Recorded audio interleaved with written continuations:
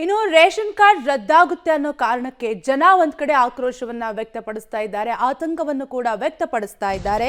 Ration card ವಿವಾದ ಭುಗಿಲೆದ್ದ ಹಿನ್ನೆಲೆಯಲ್ಲಿ ಸಚಿವರಿಂದ ಸುದ್ದಿಗೋಷ್ಠಿಯನ್ನ ನಡೆಸಲು ಮುಂದಾಗಿದ್ದಾರೆ.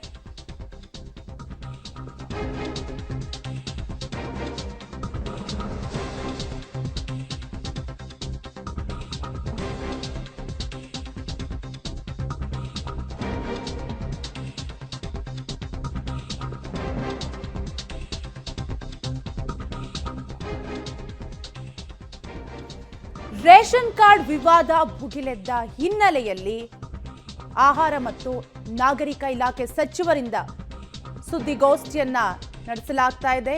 ಮಹತ್ವದ ಸುದ್ದಿಗೋಷ್ಠಿಯನ್ನ ಸಚಿವ ಮುನಿಯಪ್ಪ ಕರೆದಿದ್ದು ವಿಧಾನಸೌಧದಲ್ಲಿ ಮಧ್ಯಾಹ್ನ 12 ಗಂಟೆಗೆ ಸುದ್ದಿಗೋಷ್ಠಿಯನ್ನ ನಡೆಸಲಿದ್ದಾರೆ. ರೇಷನ್ ಕಾರ್ಡ್ ಗೊಂದಲದ ಬಗ್ಗೆ ಮಾಹಿತಿಯನ್ನ ನೀಡೋ ಸಾಧ್ಯತೆ ಕೂಡ ಇದ್ದು, ಪಡಿತರ ಚೀಟಿ ಸಂಬಂಧ ಎಲ್ಲ ಅಂಕಿ ಅಂಶಗಳನ್ನ ರಿಲೀಸ್ ಮಾಡುವ ಪ್ಲಾನ್ ಅನ್ನು ಕೂಡ ಇಂದು ಮಾಡಲಿದ್ದಾರೆ. ಅಂದ್ರೆ ಮಧ್ಯಾಹ್ನ ಸುದ್ದಿಗೋಷ್ಠಿಯಲ್ಲಿ ಅಂಕಿ ಅಂಶಗಳನ್ನು ಕೂಡ ರಿಲೀಸ್ ಮಾಡುವ ಪ್ಲಾನ್ ನಲ್ಲಿ ಆಹಾರ ಸಚಿವ ಮುನಿಯಪ್ಪ ಇದ್ದು, ಯಾಕಂದ್ರೆ ಒಂದ್ ಕಡೆ ರೇಷನ್ ಕಾರ್ಡ್ ರದ್ದತಿ ಬಗ್ಗೆ ಆಕ್ರೋಶ ಹೆಚ್ಚಾಗ್ತಾ ಇದೆ, ಆತಂಕ ಕೂಡ ಹೆಚ್ಚಾಗ್ತಾ ಇದೆ.